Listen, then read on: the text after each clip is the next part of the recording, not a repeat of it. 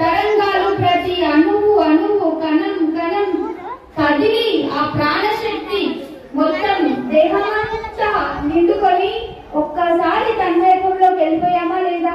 అలాగే ప్రతి నిత్యం అభయాంజనేయుడు మన ఆంజనేయుడు నిత్యం రామనామ స్మరణలతో ఉంటూ ధ్యానాన్ని చేస్తూ ఆ రామతత్వాన్ని నామంలో లయమైపోయి కణ కణం రోమ రోమం శ్రీరామనామ జపాన్ని చేస్తూ అంత శక్తిని నింపుకున్నాడు కదా.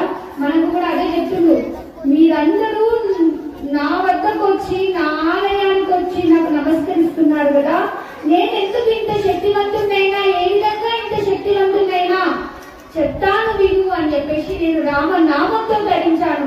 మీరు కూడా నా స్వామి అయిన రాముణ్ణి తలుచుకోండి, రామనామ జపాన్ని చేయండి.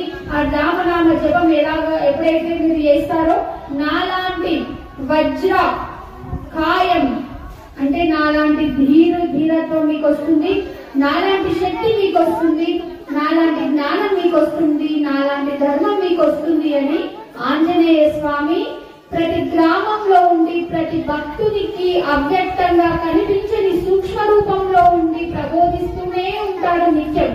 ఎవరైతే భక్తి భావంతో ఇక్కడ హనుమ తిష్ట వేసుకొని ఉన్నాడు మన కోసం అని ఎవరైతే గ్రహిస్తాడో వారికి మాత్రమే ఆ సూక్ష్మ జ్ఞానం అర్థమవుతుంది. సూక్ష్మ రూపి ఆయన చిన్నగా నుండి పెద్దగా మహాకాయం కూడా ఏర్పడుతుంది. అంటే చిన్నగా అవ్వగలడు, పెద్దగా అవ్వగలడు.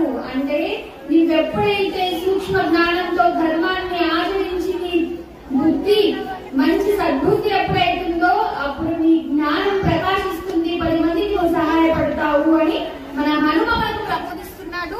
మన గ్రామంలో ఉండి ప్రతి గ్రామంలో ఉండి ప్రతి భక్తుడికి అవ్యక్త రూపైన ఆయన ప్రబోధిస్తూనే ఉన్నాడు. మరి మనం ఎలా ఉన్నాం? ఇప్పుడున్న సమాజాన్ని మనం ఒకసారి ఆలోచించుకున్నాం.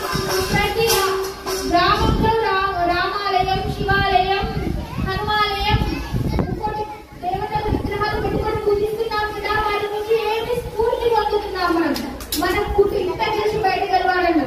అందుకని మన కుటుంబం ఎలా ఉంది? మన కుటుంబం భక్తితో కూడా నేను తల్లిదండ్రులను మంచిగా పూజిస్తున్నానా, గౌరవిస్తున్నానా?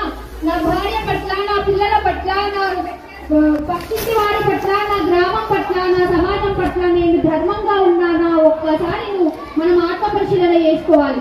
ఎవరైతే గృహం పట్ల, తల్లిదండ్రుల పట్ల